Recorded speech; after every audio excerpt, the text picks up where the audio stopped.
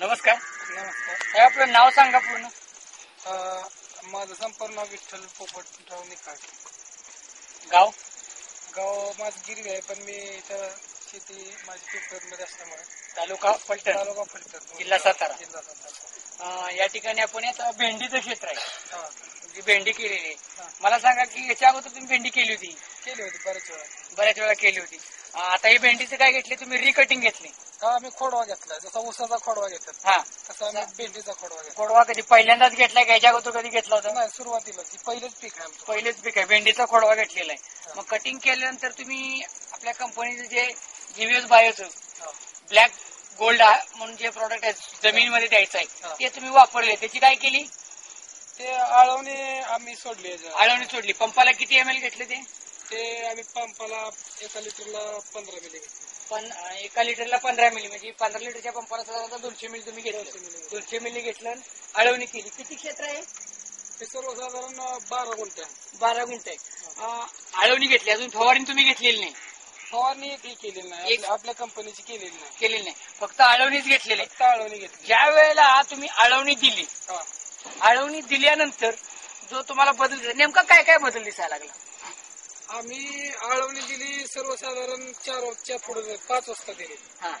आणि 5 वाजता दुसऱ्या दिवशी आम्ही आमच्या घरासमोरच आहे ना आमचं हे. हा, बरोबर. आमच्या रोजच्या बघण्यात ये. दुसऱ्या दिवशी ज्यावेळेस आम्ही सकाळ उठून बघितलं तो प्रत्येक पानाची तेज वाढलं होतं.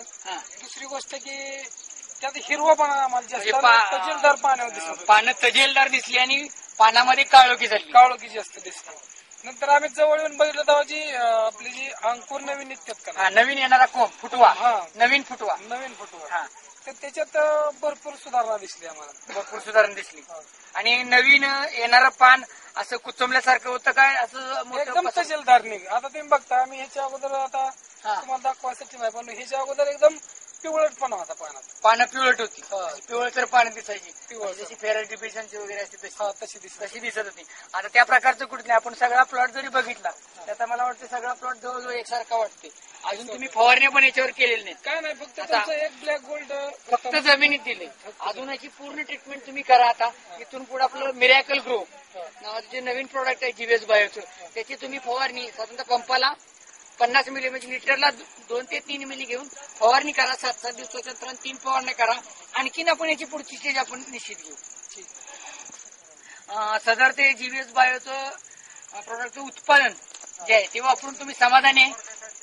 खूपच समाधान. मी आतापर्यंत पहिलंच ट्रायल प्लॉट घेतलाय.